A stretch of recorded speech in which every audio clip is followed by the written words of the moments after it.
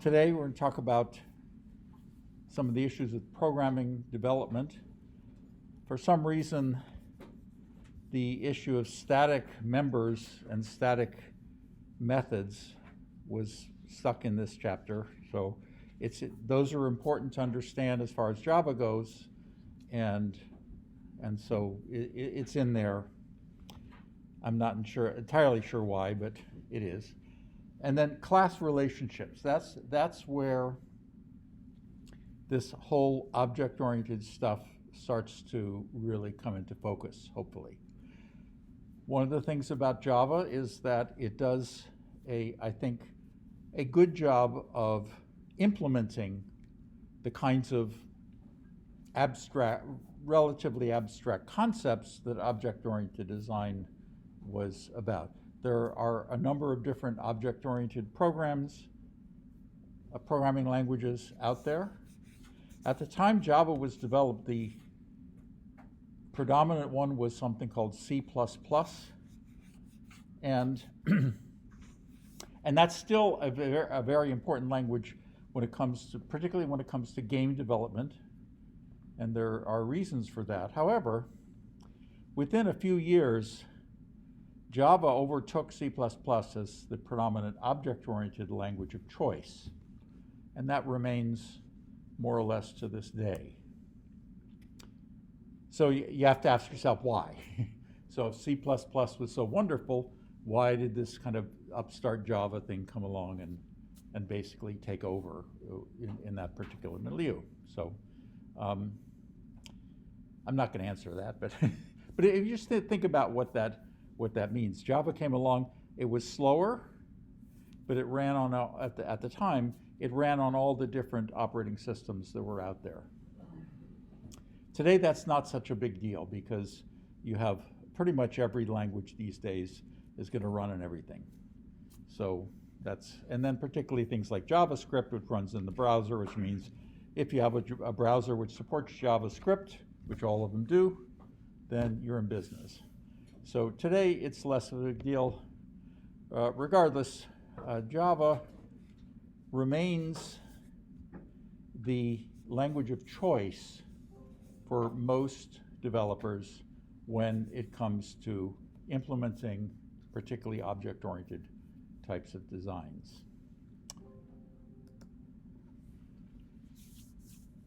Okay, so taking a step back maybe to a 10,000-mile view,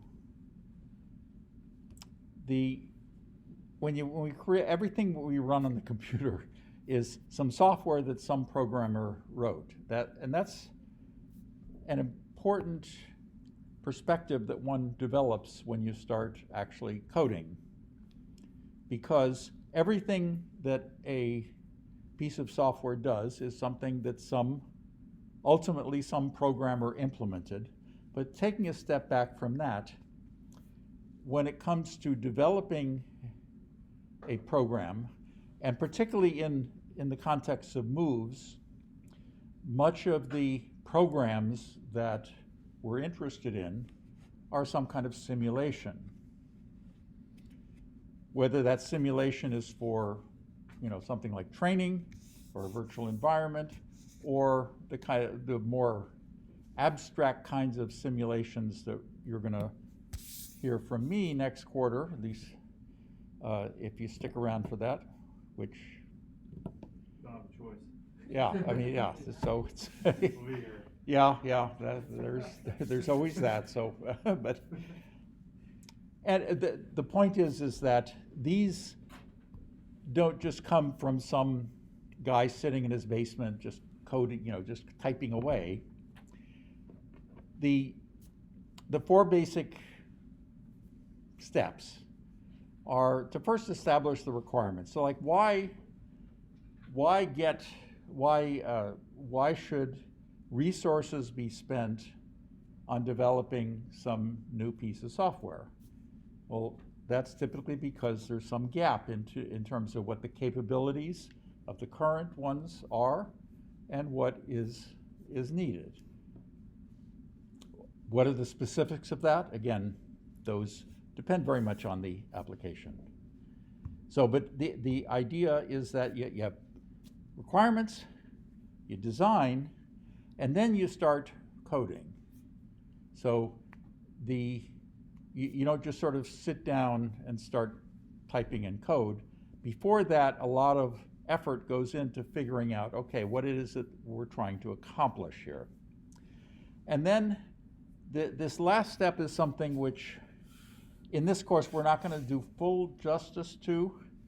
I'm hoping to carve out some time to show at least a certain amount of something called unit testing, which can be done fairly nicely within the context of NetBeans. Testing is something which takes a lot more time than actually writing code. Implementing these, it's not about writing code. I mean, ultimately you do have to write the code, but it's testing and debugging the code takes the majority of the effort. And then a lot of times, and I've found this to be true myself in the projects I've worked on, a lot of times when you start running the thing, you realize, we actually wanted it to do this as well.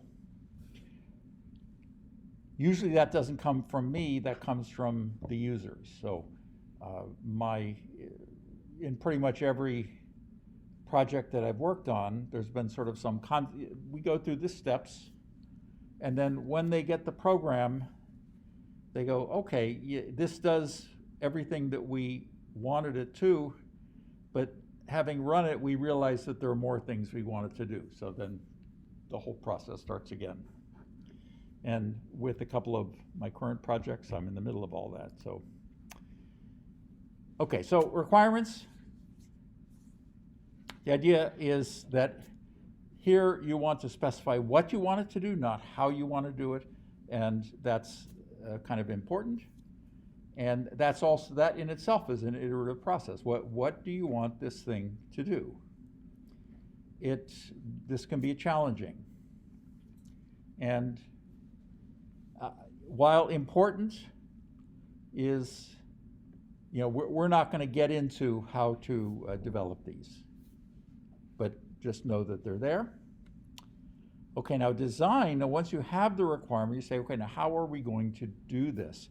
In the context of what we're talking about here, this is where these UML diagrams can be very useful because they tell what classes you have and what their relationships are with each other. And what those relationships are kind of more of the important thing that we're going to talk about. But just understand what the context is. So if the kinds of programs you may be used to are ones where it's all in a single file and you start at the top and you just kind of work your way down, that only works for projects of a certain size. Why is this object-oriented stuff something that people care about so much? Because when you get to implementing a large application, putting it all into one file is not a very good idea. Furthermore, even when there were multiple files in the older procedural style of programming, it was all too easy to have what was called spaghetti code. That is, when you start processing, it just kind of goes into all these different places, and there are interesting stories about whole blocks of code where the comment is, we don't understand how this works, but all we know is when we take it out, the thing breaks. So, what's nice about object-oriented design, and specifically for these UML classes that we've been talking about, they allow you to, first of all, decompose your problem into the various actors, as it were, the various pieces that are responsible for certain parts of the execution of the program, and then how they relate to each other. And we've kind of seen, we've peeked a little bit at that. Here, the book has a fairly nice example of how that interaction works. And then, of course, the low-level design is like, okay, how are the individual methods actually going to be, what are they supposed to do? And that's where I've talked about this sort of Java doc being important. What's important about that is not that they are the full up design, but the importance of Java doc is they can separate the actual implementation with what it's supposed to do. So if you have a Java doc comment on a method that says, this is supposed to multiply these two values together and return the result. Okay, well, that's what it's supposed to do. Does it do it? That's where the testing comes in. Okay, and then implementation, that's what we're spending a lot of our time on, and that's translating the design into the source code. So that most of the assignments that I've been giving so far are about that step. So in the assignment, the design has been specified so far. So if I give you a UML diagram and say, here's what it is, and then say, these are what the methods are supposed to do, then your work is on implementing that and making sure that it does that. So for example, like in the die class, there was a roll method, and that was supposed to generate a random face that could be 1 through 6. Okay, does it do that? If it does, then check for that method. And if all the methods for that class are doing everything that the design said they would, then check for that class. So now, as you have no doubt discussed, they're kind of implying here that, well, the implementation, you just kind of do it. You may have noticed that it's not quite that simple, and that it's one thing to say this is what the method is supposed to do, and it's another thing to actually make it do it. So I would not trivialize that piece of it. That's nevertheless what our main focus is here. And then finally, testing. As I have said, it's important to be a scientist about it in the sense of formulating a hypothesis about certain conditions. So you have, if we're testing a method, you have what are called preconditions. So I say that would be things like, if I have a method that's supposed to multiply these two values and return the result, then the precondition would be, okay, here are two possible values. I put it into the method and then check to see whether or not it indeed did that correctly. If it did, then that doesn't prove that the method is absolutely correct. All I know is that it is correct for those two values. Now, I'm not going to be able to check for every possible value. However, when you're testing methods, it's important to also test what's called edge conditions. In other words, my method might work fine for positive numbers, but not for negative numbers. And if it's supposed to work for all numbers, then, and I only test it for positive numbers, then Murphy's Law says at some point when it gets deployed, a negative number is going to come in and it's going to give the wrong answer. Therefore, make sure you test it with negative numbers if that's one of the things. Or if it's only going to work with positive numbers and you try to give it a negative number, then it should do something. It should do something like prompt the user notify the user that, hey, you can't do that. It might throw an error, and we'll talk about exceptions and error throwing later in the course. One example of that, and they can be fairly subtle, like in one model that I was developing, it was looking at parts that had an indenture structure. So you had like a part and it had subparts, and the subparts had subparts. And the information for that was read in from a database with this really arcane way of representing what that structure was. Because it was such a weird way of representing that indenture, it was not at all clear if something weird would happen. And of course, naturally, weird stuff would happen. What's weird stuff? So I have a part, and it has a subpart, and that subpart has a subpart, and the subpart of that part is the original part. Now, if you think about it, that makes absolutely no sense whatsoever. In other words, it's like, and the algorithms that were being applied to this relied on the fact that it was like a tree-like thing and not a loop. But the data would sometimes represent these parts, these part relationships, and such there was a cycle. So needed to come up with an algorithm to detect that cycle, and if there was, in this particular case, depending on if it was run with a GUI, then basically you'd throw up a little pop-up that said, hey, these parts are in this cyclic relationship. And if it was running in the command line, it would just kind of post the message somewhere. But, so that's a situation where you want to control the input and make sure that the input is okay. Now, debugging that was a bit of a stretch. So how do you debug it? You debug it by putting in data that you know is going to produce this error, and so the error is supposed to happen. It's like the let's see here. I don't know if anybody reads Sherlock Holmes anymore, but no, okay. No, read it and watch the movie. Yeah. Well, there was one where I don't know if this was ever in a movie, but he solved the case, and he says, how did you know about it? He says, well, it was the barking dog. And he says, what do you mean the dogs didn't bark? And he says, that's what solved the case. The dogs didn't bark because they knew the guy who was doing it, so that was. So the point is that if you give it bad data and it doesn't bark, then that's the bug. So,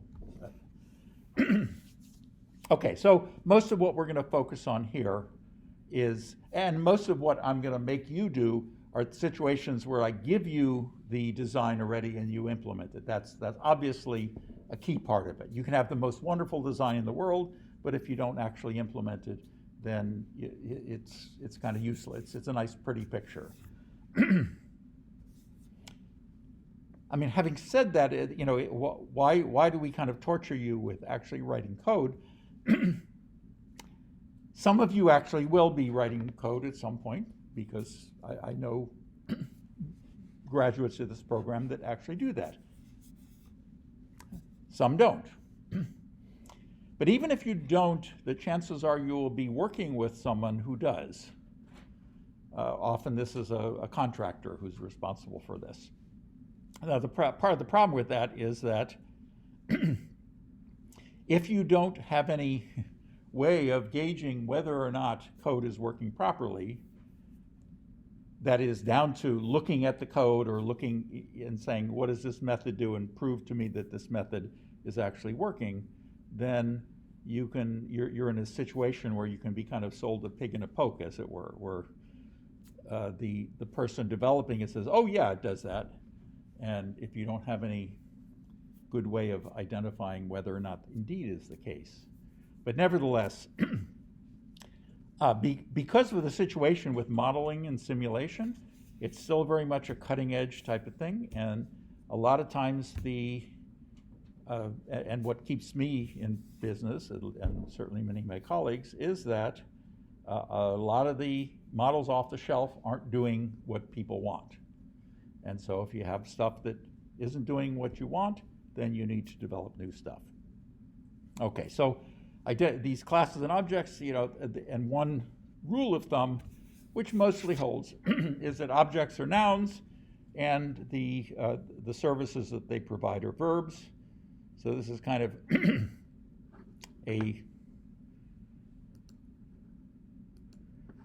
okay, so what are the nouns? Well, there's the user. Now, sometimes you want to represent the user explicitly through an object, and sometimes not. Certainly product would be, there's a noun. characteristics, those would translate into instance variables. Name, product number, barcode, etc. So, okay, message window, there would be another object. Summary report, transactions. Okay, these would all be classes that in an object-oriented design. Now that object-oriented isn't the only way to do this, but at least the ones that I've circled would be candidates for designing a class. And the program would have instances of these. So you could picture many instances of products that would have instance variables like its name, product number, barcode, blah, blah, blah. A message window that would come up if something was an error, a summary report, and each transaction would be a separate object for that. So that would be a way to, kind of just look at this. So here, what's the lesson here? Is that the requirements document would have verbiage such as this, and the design piece would be taking this and identifying what the different classes and objects would be from it. Okay, so yeah, again, generally they're nouns. In terms of having the code read fairly smoothly, singular nouns are typical. So you notice that the die class was a singular, not dice. Although some people think dice is singular, but that's student, coin, message.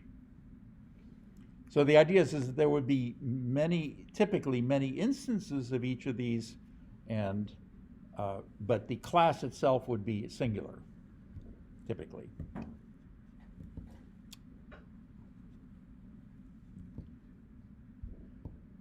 Okay, so yeah, basically with classes, you want to kind of decompose them in such a way that they are as modular as possible, as atomic as possible. And that's also true in general of methods. You don't want to make methods do too much. Ideally, a method does one task, and then you have a bunch of other methods, which if you have more than one task.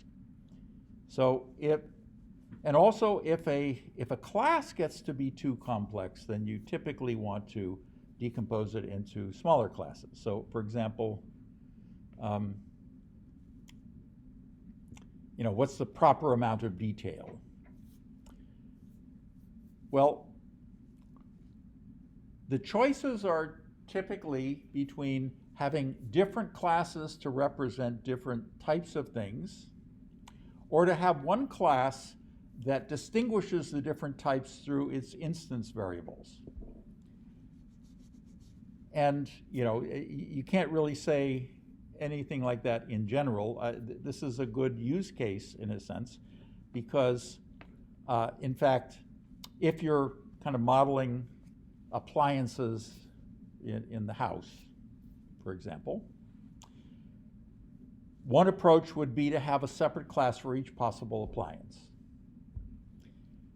A more object-oriented approach would be to have actually an abstract appliance class and then have subclasses which would be specific to them.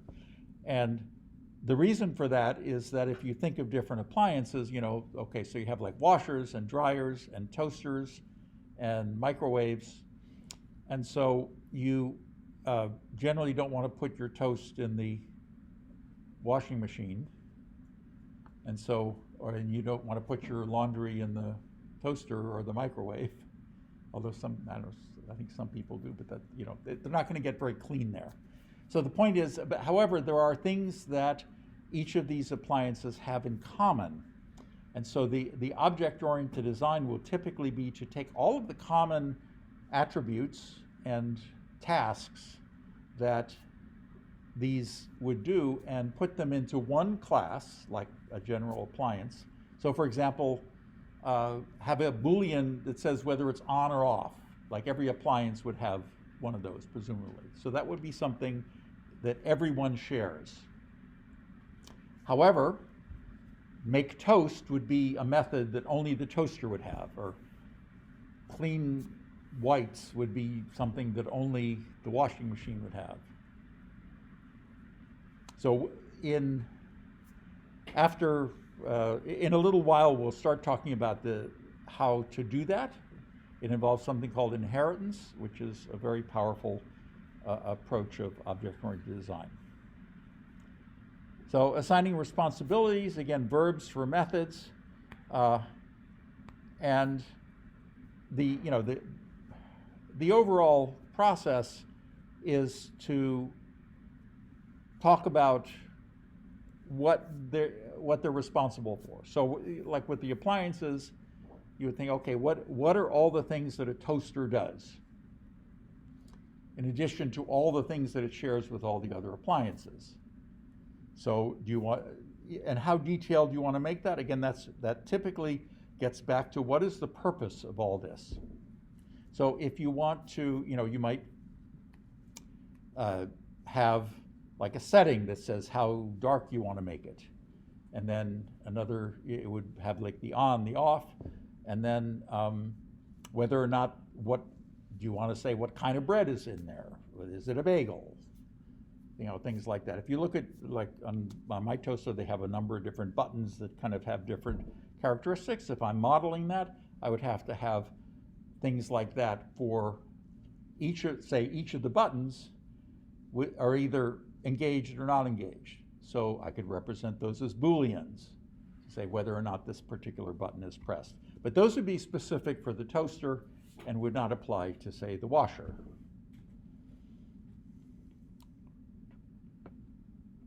Okay, and so now for some reason, we've already talked about this, but just to kind of talk about it again, it's important to understand what static stuff can and can't see. So there are static variables. We've already seen that. The most common use of static variables is are constants. But they're not the only one, and we'll see maybe in this time as well. We can declare a method to be static. In fact, right from the get-go, we saw that the main method was static. Remember, it's a public static void main. Okay, so what is the difference between a static method and an instance method? Well, the static and this is important to remember, the static associates the method or the variable with the class rather than with the object, which is why sometimes the static methods are called class methods, and sometimes the variables are called class variables. That's actually, in a way, a better description because of the fact that they are associated with the class and not with an object.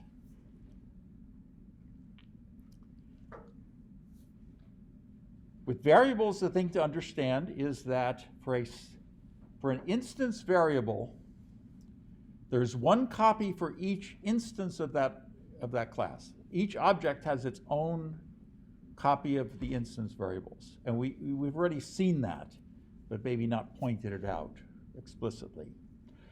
For a static variable, there is one per class. And in fact, a static variable, there's like one in the entire program.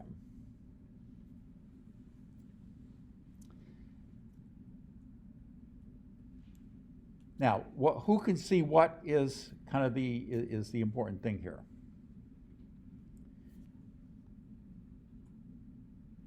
Okay, so for a static method, static methods are typically used in place of what we'd think of as a function. And this is a good example. So here there's a static method called cube. And the thing is that what's the task? The task is I want to give it a number and return the cube of that number. There's no, for a task like that, there really is no reason to associate that with an object. The way that we invoke static methods is by the class name dot the method name. Okay, that's an important difference. For instance methods, we invoke them with a reference to the object dot the method. But for static methods, we invoke them with the name of the class dot the method.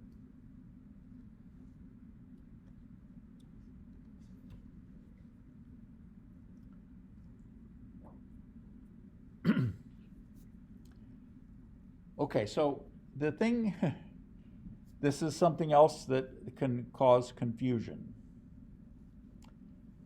Static methods can reference, meaning that they can use static variables. In fact, everything can use a static variable. Whether it's as long as you have access to it. So if a static variable is declared to be private, then only that class can access it. If it's declared to be public, then everybody can access it. A static method can refer to any static variables in that class, and indeed any static variables anywhere that are public. But what it can't do is it cannot directly reference instance variables or instance methods. That bears repeating. A static method cannot reference instance variables or instance methods because those are associated with an object. And in the static method, there's no object that it is it's just in the class. Now, if the static method actually has an object reference, it can refer to the methods of that object because it has that object, but only if it has the object. But just in general, a static method, you cannot reference directly any instance variable, even if it's in the same class. And this is where the confusion can sometimes come in. In other words,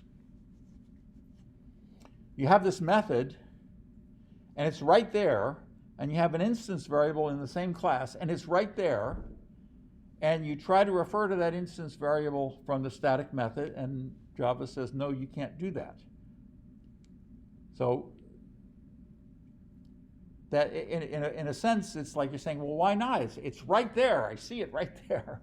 Okay, but it can't do that because, again, static methods are associated with the class. Instance variables and instance methods are associated with the object. And those are different things. Okay, so one use case for a non-final static variable is to keep track of how many you have created. This is a use case that I actually have used a number of times, and it's a very valuable one. So here's the code, and it should be in the class code as well. Okay, it's a fairly simple class. Okay, it's going to represent a slogan, and the slogan is just going to have a string, which is going to be the phrase, but what this adds is a private static int count. Okay, private is important because this only has relevance within the context of this class. And what it's doing is it's counting every one of these objects that are created. So if I create 50 slogans, then the value of count will be 50. If I create none, the value of count will be 0. Notice that unlike instance variables, it is okay to initialize a static variable right on the definition. That's okay. Java will let you initialize instance variables on the declaration, but that is bad form, and that's something that I'll complain about if you do it. Just beware. All right, so what's going on here? So here's our constructor, and to create this slogan, we pass it a string which is going to be what the slogan is, and then we're going to set that phrase equal to the string. Okay, that shouldn't surprise anybody, but now look, now we increment count every time we do this. Now this is allowed because, remember, everything has access to static variables. The only constraint being the visibility. So even though it's declared private, what that means is that classes outside of the slogan cannot see what count is because it's declared private, but everything inside the slogan class can see it. Everything inside the class can see all the variables, including the static ones, except for the static methods, which can't see the instance variables. Okay, so now, let's see what. Now, how should I say? We cannot directly access this count variable, and if you think about it, that makes sense because this count variable is supposed to count how many slogan instances there have been created.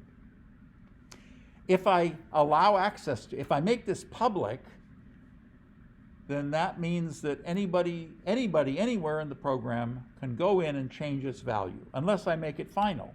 But if I make it final, then I'm not going to be able to do this. I'm not going to be able to increment it whenever I do this. So I have to not make it final so that I can keep incrementing the count. And I have to make it private because if I make it public, then somebody else can say, okay, I don't like that value of count. Let's make, I see you've only created 5 slogans, but I want to make that 10. Okay, that gives you the wrong answer. On the other hand, somebody might want to know, okay, how many slogans have you created? How many of these objects have you? So how do you do that? You do that with a getter. And now the getter, notice the getter has to be static. Because it doesn't make sense for maybe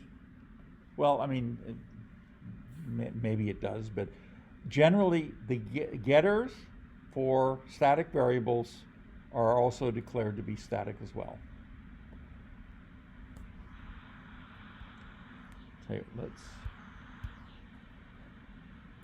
This will probably have to be continued tomorrow.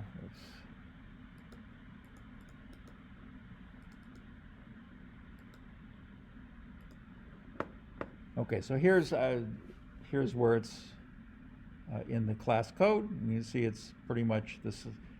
The only tweak I've done is I've put in Java doc because that's my thing, and for whatever reason the authors don't like Java doc. I don't know why, but let's see. Here's one little NetBeans trick. Somewhere I have the main method that does this. If I right-click on, this works for almost anything. There's a little, okay, I'm right-clicking, I'm saying find usages. So this will find all the usages of slogan. And so that tells me that it's the slogan counter class that was using that. Okay, so what is it doing is we're creating a bunch of little slogans, and then at the end we're going to say this is how many we created. So in this case there were 5 created.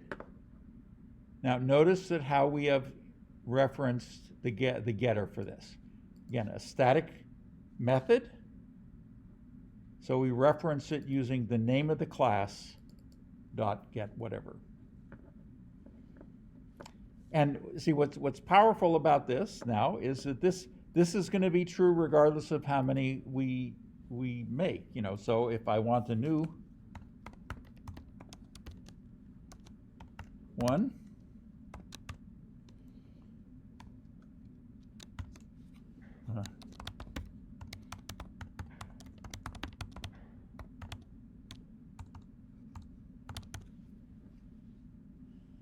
okay, so now I've created another slogan, and when I run that, then it gets to 6. So that's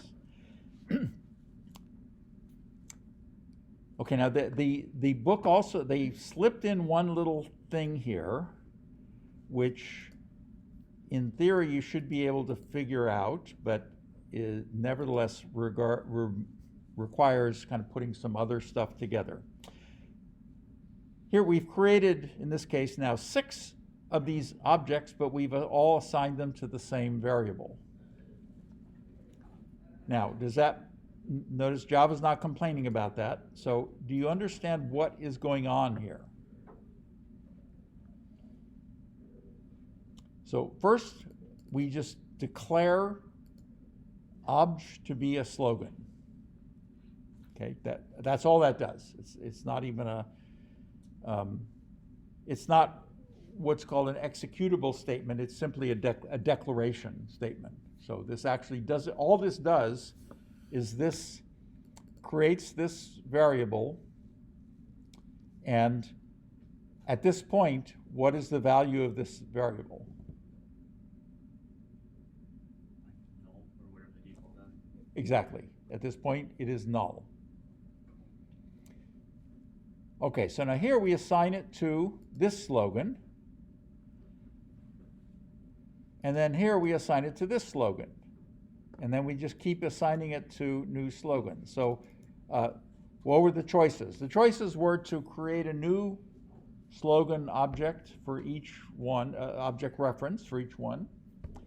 But what they decided to do was simply assign each one to the same variable. The only dangerous thing about this is that now this slogan right here, this first one we created, as soon as we do this one, this points to a place in memory where this exists. And now this points somewhere else. This points to another object, has the same stuff in it. But now this, where this was pointing to, is now a candidate for garbage collection. In other words, now at this point, this is just hanging out somewhere, and there is no place in the program that can possibly reference this again. Which is okay. I mean, particularly in a large program, you have objects that may create them, use them for a while, and then when you're done with them, you don't want them hanging around to take up space in memory.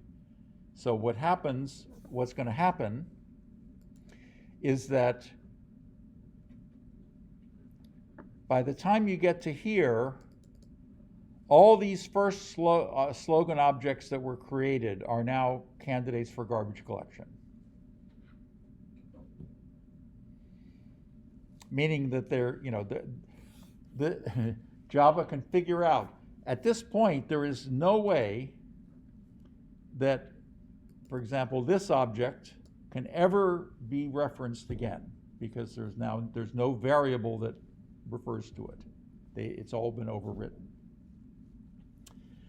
And for this particular example, though, what this illustrates is how, despite the fact that we can't refer to them anymore, this static variable still exists. So even if all of those objects were garbage collected, this count variable is still around because the class is still there. And so here, even if the Java garbage collector is run and completely wiped out all of the, this will still be around. But the point is, even if none of them were around anymore, this would still be there. Where would that be of relevance that you would care how many you had, but you wouldn't care what they were, or being able to access what they were? In some if the situation is that you don't care what they are, but I want, I just want to know how many, then sure.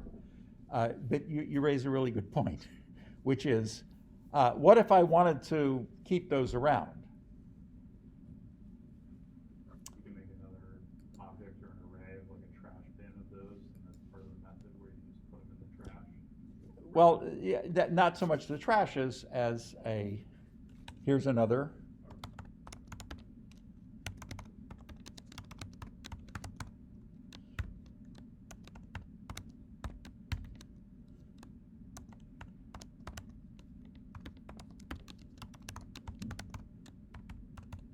Okay, we've seen array lists. See, the thing is, I don't know how many I'm going to have. So an array is less useful here than an array list, which means I can just sort of keep putting them in. I want to do that double magic that we saw yesterday. That double magic that we saw yesterday, where you made it twice as big every time you hit the limit of storage. Well, the thing is, that array list does that for me under the hood. Yeah. Or you could do the. Or you could do it the hard way. Yeah, you could do the hard way or do the easy way.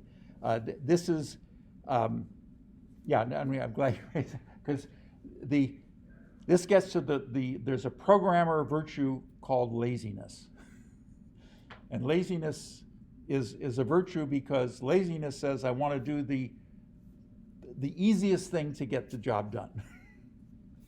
So in this particular case,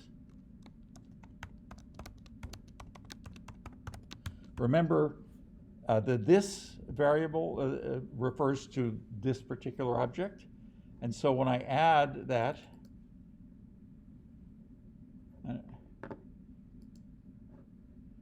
okay, so what I can do is, where shall I put this? Let's put the last one. Now, in fact, I actually want to return a clone. Oh no, yeah, they don't have clones. What I actually want to. Yeah, I'm doing a few things that I haven't really. Again, encapsulation. Just remember, in the array getter, we had to do a clone. So here, I don't want to return the direct reference to this, but I want to return a copy. So how can I return a copy? I can actually create a new one, and this will have all of them in there. And so what I now can do is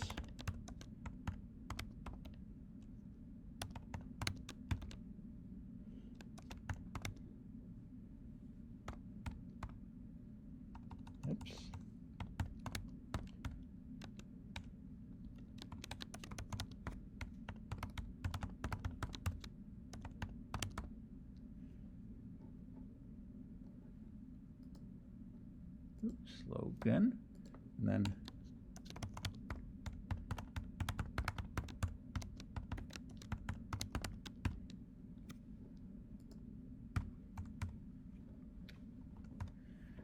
okay, so now I've saved them. So if it's important to me to keep them to refer to them later, this is a way to do it. And conceptually, it's exactly what you were saying. Okay, I can do it as an array and then expand the array. But again, with an array list, I can just do it this way.